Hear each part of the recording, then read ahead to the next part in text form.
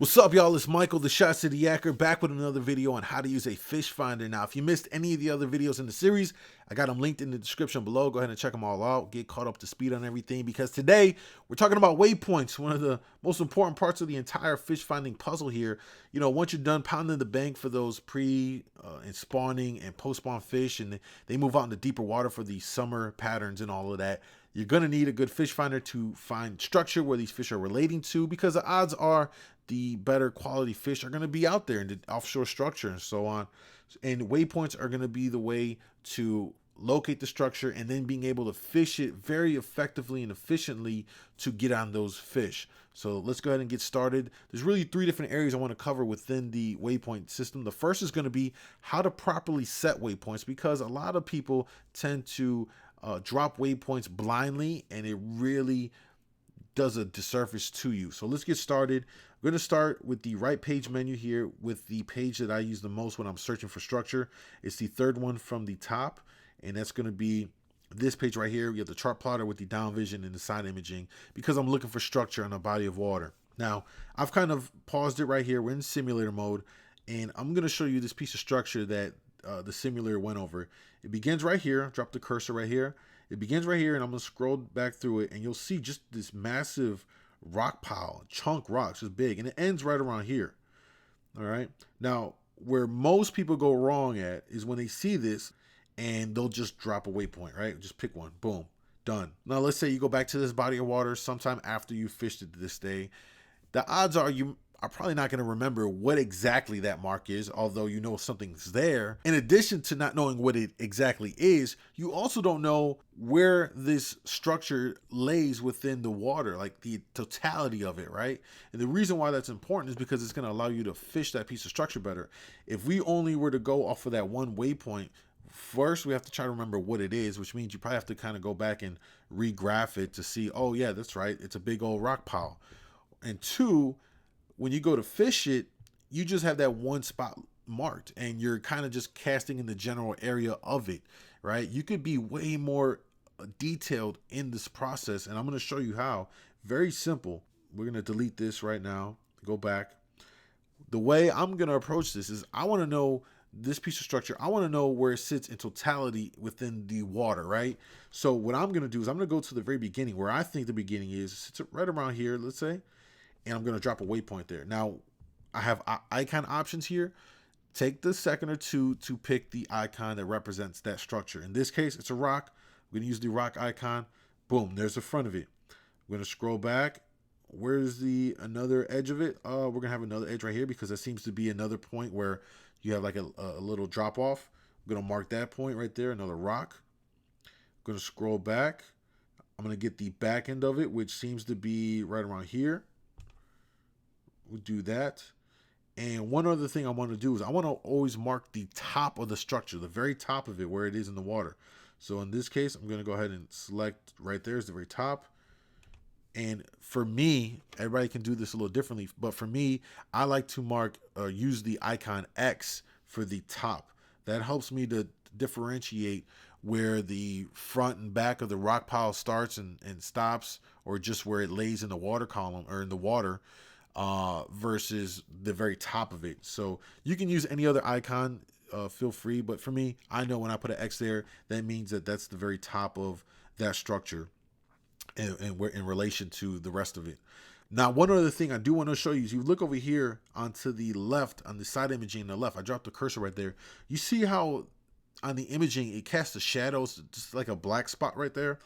That shows you that this rock right here looks like sticks up pretty high as well, and it's causing a blind spot for the sonar, for that side imaging, so it can't see directly behind it. So what I'm going to do here as well is I'm going to mark just behind it in this black spot. I'm going to put another rock back there to mark that side of it, because the odds are that there's fish stacked along that backside as well. And so now when we look back at the chart plotter, we scroll over, isn't that a much better representation of that structure? You know where it starts on either side and where it ends, how long it is, the area that it encompasses.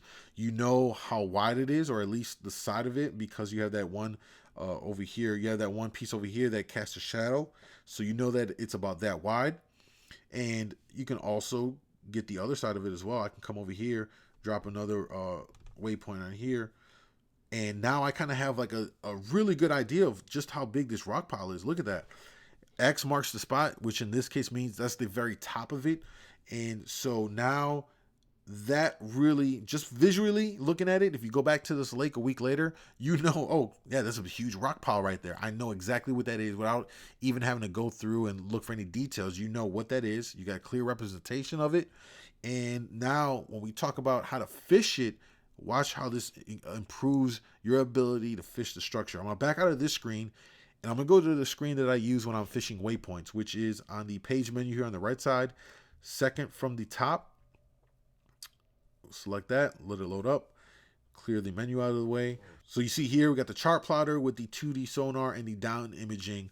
Now, we're in simulator mode. I apologize. This is the best way I think I can do this, but don't pay any attention to the what's represented as the boat and the heading in there. That's going to keep on scrolling through.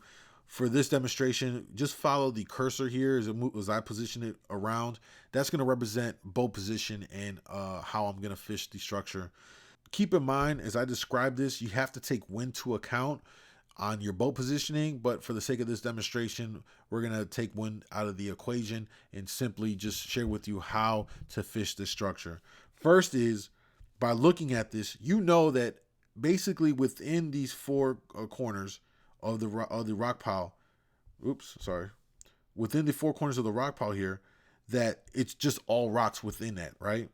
So what I'm going to do first is I want to fish the edges of the rock, where the rock meets the bottom of the lake, to find those fish that might be tucked along that edge, that seam. So for me, what things I'm going to do is I'm going to pull up right where I have the cursor right there, and I'm going to cast. I'm going to use the cursor to demonstrate the casting angle. I'm going to cast right across it, right along that angle right there, and bring it back to me right here. I'm trying to work that seam. Same thing on the opposite side. I'll position right around here, and I'm going to cast all along this edge, right, and bring it back to myself to fish that side of it. You can also fish parallel to it, so you can cast along and bring it across that seam. I'm also going to work this back edge where you have the waypoint number 5, the rock number 5. I'm going to cast along this side of it.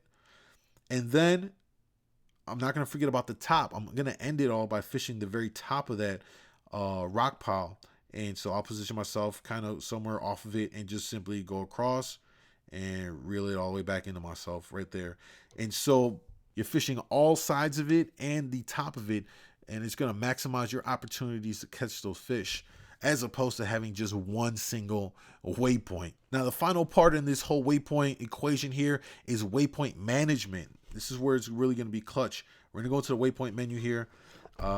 Now, this is where your waypoints are going to show up. Your fish finder might be different. Same concept here, though. Now, a reason why you should take the time out to really name these, and I'm going to show you how I do mine, is because, especially if you're tournament fishing, you want to be able to quickly reference the structure and the lake. If you leave these waypoints just numbered like this, you have no clue what lake this is relating to. I mean, absolutely none. You just know that it's a rock, and that's it. You're going to have to go and search it and pull it up and show you and all this extra stuff. If you take the time to name these properly, it just makes the process so much more efficient. So let me go ahead and show you what I'm going to do. The way I name these is I name them to what the structure is, right? So for this example, I'm going to open it up, click on name. We're going to clear that out. And we're just going to call this Lake X, since this is a demonstration. You can name it your lake, lake whatever. Put a little dash there, and I'm going to say rock pile. Okay? Boom. Save it. We're going to go to number 2. Lake X. Rock pile. If I can spell right today. There we go. Enter. Save that. And I'm not going to go through all of them. I'm just going to do one more, which is going to be the top of it, so I can show you what I do for that. It'll be Lake X, same as the other ones, and say top of rock pile. There we go. All right. Cool thing with these is you can also leave notes in here. So, whatever that may be. Sometimes what I'll end up doing in these notes section is if I catch a fish off that structure, that waypoint, I'll, write a note in there, bass on whatever lure it may be, just as a quick reference. When I pull back in there, oh, football jig worked. Okay, cool. Let me start with that. So it just helps to get back into what worked before. I can quickly dial that in and try that on that same spot. And here you can change the colors of this stuff, whatever works for you. These are all optional stuff. And I'll save that. All right. Now what happens is when you're going through your list, and you'll see here, I'm going to have to blur out some of these locations here. These are actually some of my home lakes. I've been to Kentucky Lake, so I have waypoints there, and you see I have markings of fish that I actually caught there that are spots I'll go back to. You'll see here I have some humps, some ledges marked, and you see the icons that I use for those are very different from the rock piles. Looks like a ledge right there. A hump looks like a hump. These are really quick visual indicators that let me scroll through and find what I'm looking for, or whatever the case may be. We'll scroll down to Lake X that we just finished doing. Here they are right here. And there they are. Now I can quickly go through and find the body of water and all the structure within that body of water because I've labeled them by name, by the lake name. Allows you to quickly find them, and then from that you have like a sub name, which is going to be the actual structure of that waypoint. And so for this, it makes everything so much more efficient, because you can see the icon quickly gives you a visual indicator, and then the name with the description of the structure just helps out in the entire process. I mean, if you're a tournament angler and you're not doing this, you're really doing a disservice to yourself. If you're looking to get into tournament stuff, I think this is a great way to go about it. And even if you're not a tournament angler, you're a weekend angler, just by doing this, I mean, it helps on so many different ways, especially in the area of time management. You're only able to get on the water for a few hours on the weekend or whatever the case may be. You don't want to have to be dicking around trying to find all this stuff. Have it organized so when you get out in the water, you can find exactly what you're looking for. Go over there, fish it efficiently and effectively, and hopefully it allows you to catch more and bigger fish, man. And there it is on Waypoints, one of the biggest pieces of the fish finding puzzle. Hopefully you found this very useful. For me, it's always an ongoing process, and I'm always refining my ways of doing this stuff. And so, feel free to share your thoughts on this. Leave comments below. If you liked it, give it a thumbs up, and consider subscribing to the channel, man. I'm always putting out some more videos, hopefully to help you out, some stuff to entertain you with the vlog stuff. And as always, thank y'all. Tight lines, and I'll see y'all later, man. Peace.